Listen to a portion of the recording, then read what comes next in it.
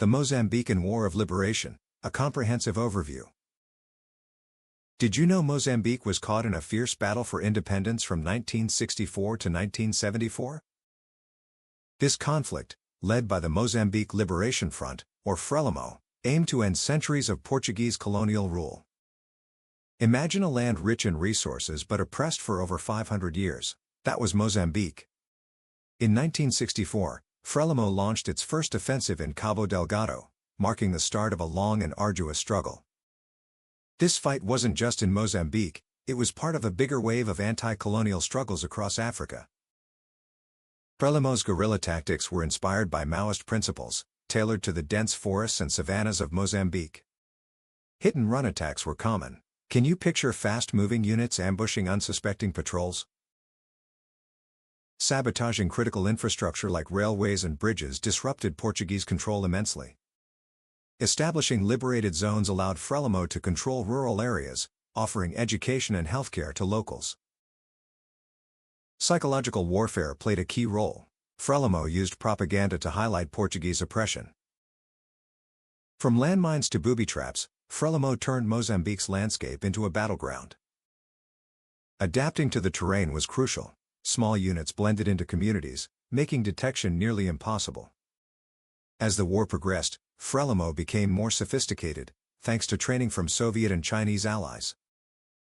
Portugal, on the other hand, relied on counterinsurgency tactics that often fell short. They continued conventional operations but faced difficulties due to guerrilla tactics.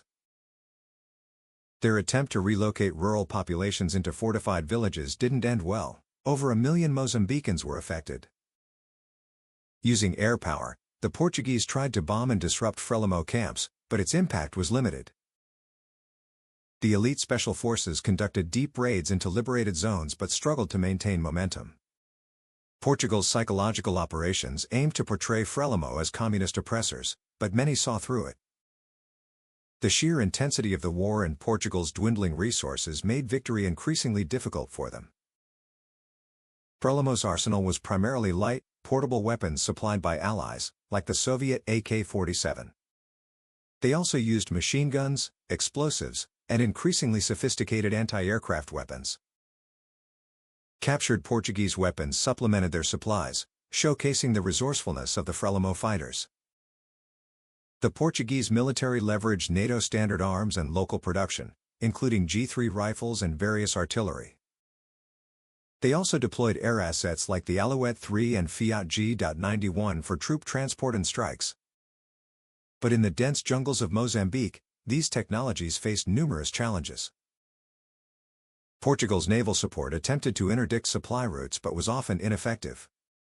Frelimo's external support was fundamental, particularly from the Soviet Union and China. African allies, like Tanzania and Zambia, played crucial roles, providing bases and support.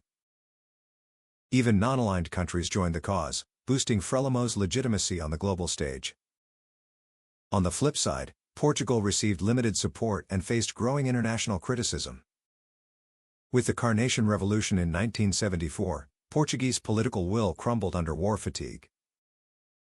This led to a ceasefire, and by 1975, Mozambique finally gained independence. But the war left scars, with countless lives lost and infrastructure in shambles. Frelimo established a socialist state, but the challenges didn't end there. Post-independence, Mozambique faced a civil war that lasted for nearly 2 decades. Despite these challenges, the legacy of the War of Liberation remains strong. Frelimo's guerrilla strategies taught valuable lessons on asymmetric warfare. Portugal's failure to adapt highlighted the importance of political reform and counterinsurgency. So, next time you think about independence movements, remember Mozambique's story. If you found this story inspiring, hit that like button and share it with your friends. And don't forget to subscribe for more enlightening content on historical struggles worldwide.